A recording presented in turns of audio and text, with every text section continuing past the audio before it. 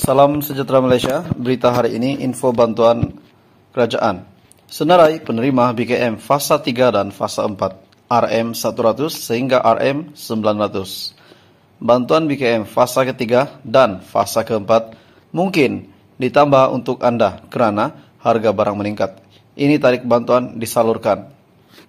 Untuk pengetahuan semua, tuan-tuan dan puan-puan, pelbagai pakej bantuan kewangan yang telah diperkenalkan oleh pihak kerajaan sebelum ini. Terdapat pakej bantuan yang baru dan terdapat juga pakej bantuan yang sudah lama diperkenalkan tetapi masih lagi diteruskan sehingga kini. Secara umumnya, pasti ramai dalam kalangan kita yang terjejas pendapatan isi rumah atas berbagai faktor. Salah satu pakej bantuan yang masih diteruskan adalah Bantuan Keluarga Malaysia, BKM, fasa 3 dan fasa 4 yang mungkin ramai terlepas pandang. Berikut adalah maklumat terperinci mengenai bantuan BKM yang Anda perlu tahu jika berkelayakan.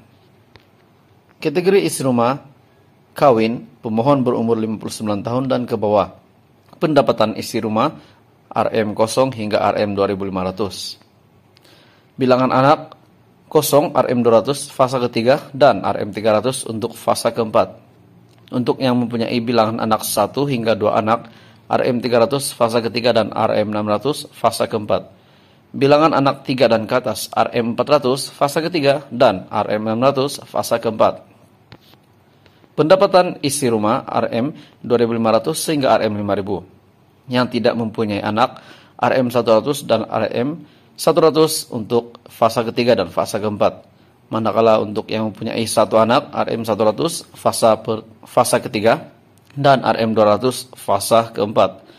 Yang mempunyai anak 3 dan ke atas, RM100 fasa ketiga dan RM300 fasa keempat. Bagi kategori bujang dan ibu bapa tunggal, IBT yang tidak mempunyai anak, pemohon berumur 59 tahun dan ke bawah, pendapatan isi rumah di bawah RM2.500, fasa ketiga RM150, fasa keempat tiada bantuan untuk kategori bujang.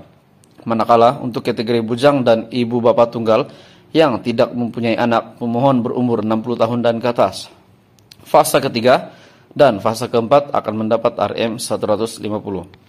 PM menjangkakan akan ada bantuan tambahan. Kalau cash, kenaikan harga barang dan kos sara hidup belum selesai, mungkin kita akan tambah lagi BKM fasa ketiga atau fasa keempat, kata Perdana Menteri Datuk Seri Ismail Sabri Yaakob ketika berucap pada program Kenduri Rakyat pada penutupan Jelajah Aspirasi Keluarga Malaysia Negeri Perak di Litar Datuk Sagor baru-baru ini. Salam sejahtera Malaysia, berita hari ini, info terkini bantuan kerajaan di Malaysia.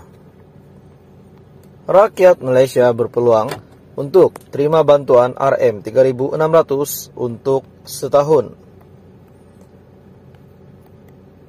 Bagi membantu rakyat yang memerlukan, pihak kerajaan telah memperkenalkan pelbagai jenis bantuan kepada yang berkelayakan, termasuklah bantuan kewangan pelajar, college community melalui Kementerian Pendidikan Malaysia.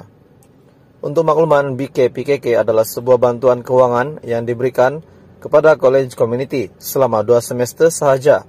Bagi semester 1, 6 bulan, pelajar yang layak akan menerima bantuan kewangan berjumlah RM1.800. Manakala untuk 2 semester, pelajar yang layak akan terima bantuan sehingga RM3.600. Syarat kelayakan bantuan RM3.600, pemohon mestilah merupakan warga negara Malaysia. BKPKK diberikan hanya kepada pelajar college community berperingkat sijil jangka panjang sahaja, iaitu yang melibatkan pengajian sekurang-kurangnya 4 semester pada peringkat sijil, dan daripada isi rumah berpendapatan RM3.000 dan ke bawah sahaja, menandatangani 2 salinan perjanjian, mengisi borang penyata pendapatan bulanan keluarga, dan pelajar tidak dibenarkan mempunyai penaja lain dalam tempoh program.